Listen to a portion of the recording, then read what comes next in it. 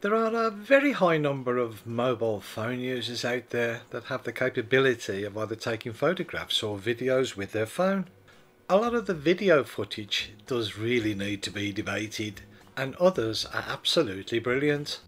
Personally, I've always used rather large cameras with the large 3-axis gimbals to provide me with steady, stable footage.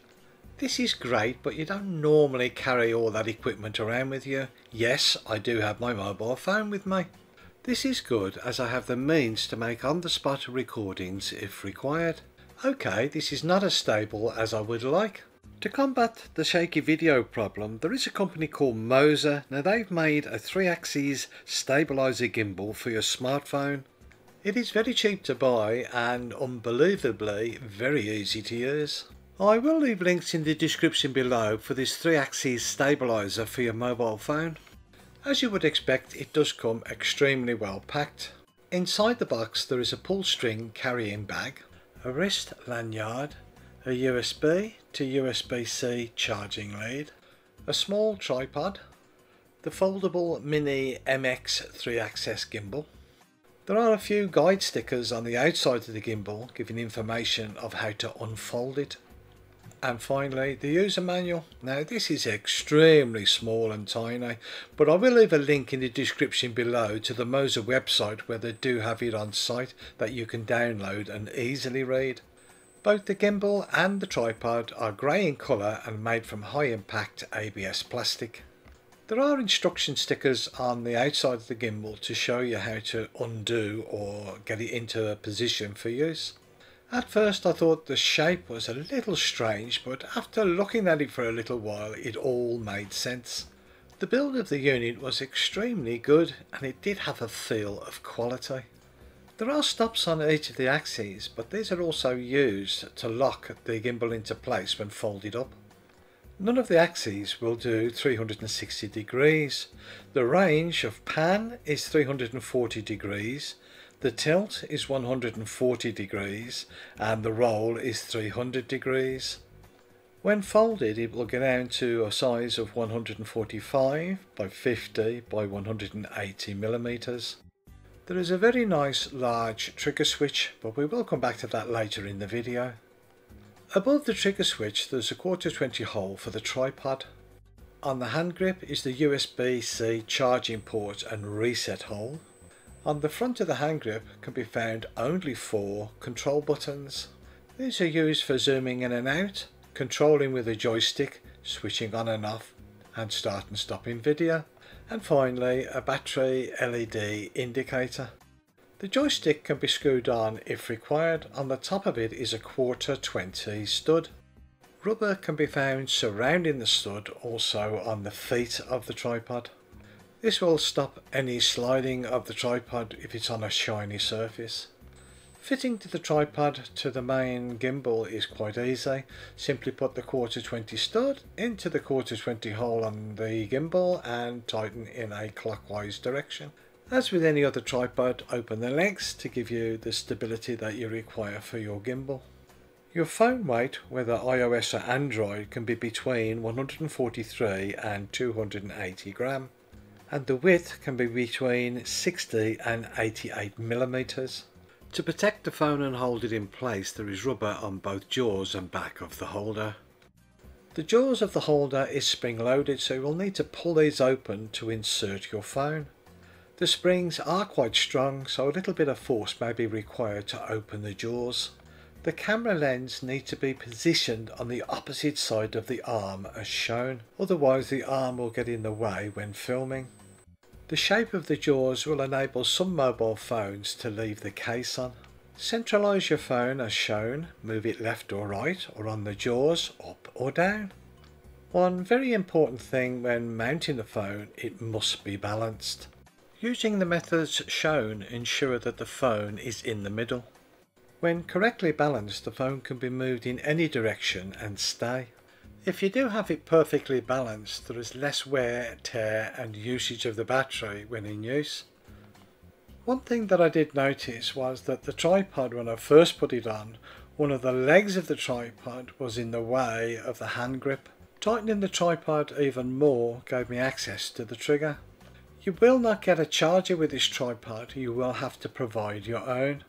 But you are provided with a USB to USB-C lead. This is quite a handy lead as it will allow you to use a third-party charger, computer or your phone charger. When charging, the LEDs on the handle will start to pulse. When charged, the LEDs will extinguish. Charging can take up to 2.5 hours. Now this will give you up to 24 hours of usage. There is a free app that can be used on both iOS or Android called MOZA Mini app. You will need to install this to get all the functionality both on your phone and usage of the gimbal. Using the Bluetooth, simply pair both the gimbal and the phone together. If there is an upgrade when you start the MOZA Mini app, it will tell you. I noticed that the firmware upgrade button was partially missing, but there's enough there to click on it. Now the instructions were in Chinese, but I have converted them to English. Upgrading the firmware is very simple. The first step is turn off the gimbal.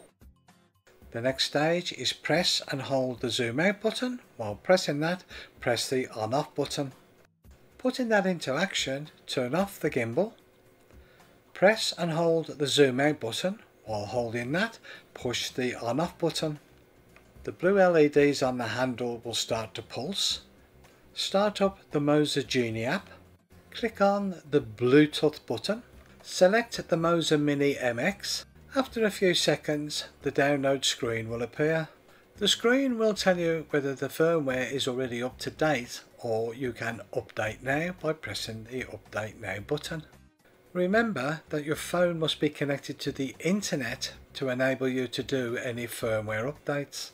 Also ensure that you have the latest version of the MOZA Mini app. While the upgrade is taking place, the LED will go from a slow pulsing to fast pulsing. This is normal. When completed, you will get the message saying that the firmware has been upgraded and the phone will turn back to the normal screen.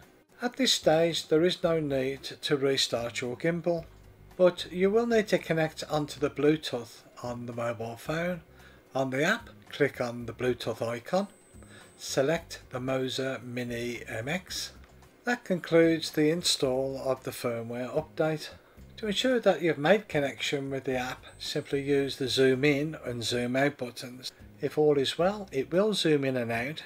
Pressing the power stroke video button will start and stop the video. On the screen you will see a circle and a square. The square is used to focus on a particular area on the screen if you have near and far objects. Simply drag the square to the area that you wish to be in focus.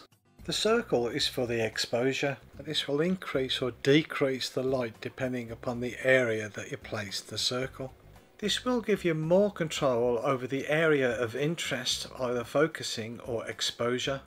The geared icon will give you a multitude of other things that you can use to help you when doing your filming. I would suggest that you go through each and every one to familiarise yourself with them.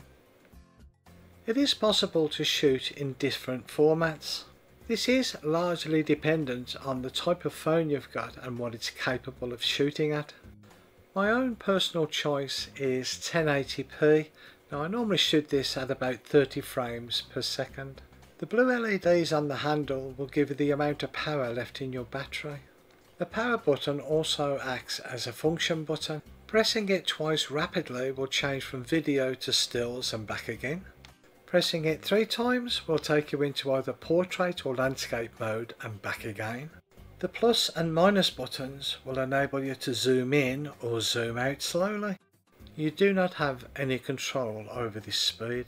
The joystick controls the pitch up, down, roll left and right.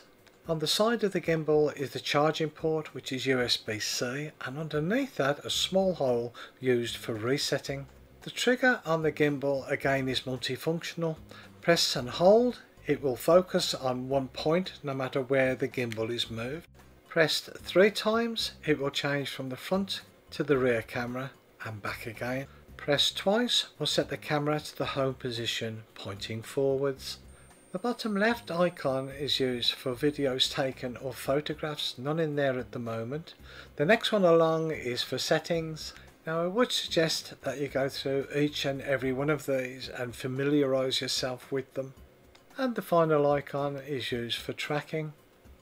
There is a multitude of settings in the toolbox as well, so as before, familiarise yourself with all of these before you start filming. There are a good number of cool effects that can be used, like these.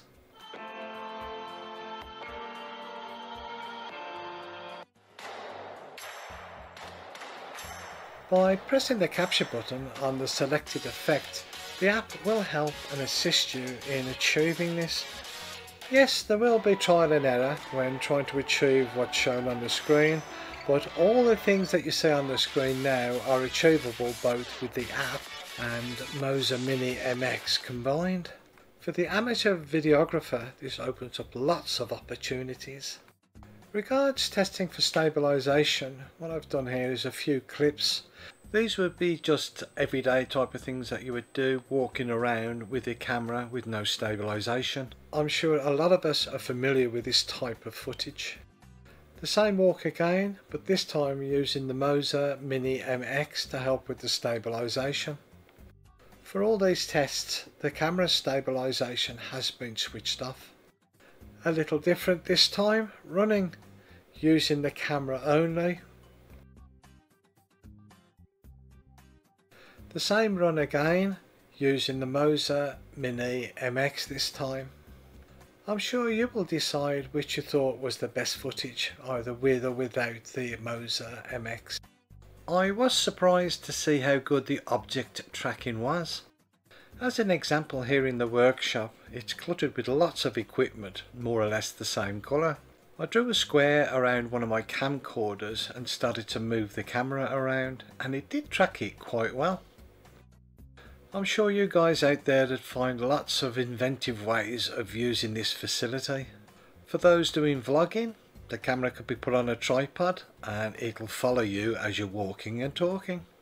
Even when rotating the handle of the gimbal, it still stays focused on the camera. In the follow mode, when moving the camera backwards and forwards, it will rotate smoothly, but by pressing the trigger and holding it, by turning the gimbal, the camera will still stay focused forward. This time, pressing the trigger 3 times will change the camera from front to rear view. Looking at some of the options, pressing the small hand on the left hand side puts you into gesture mode.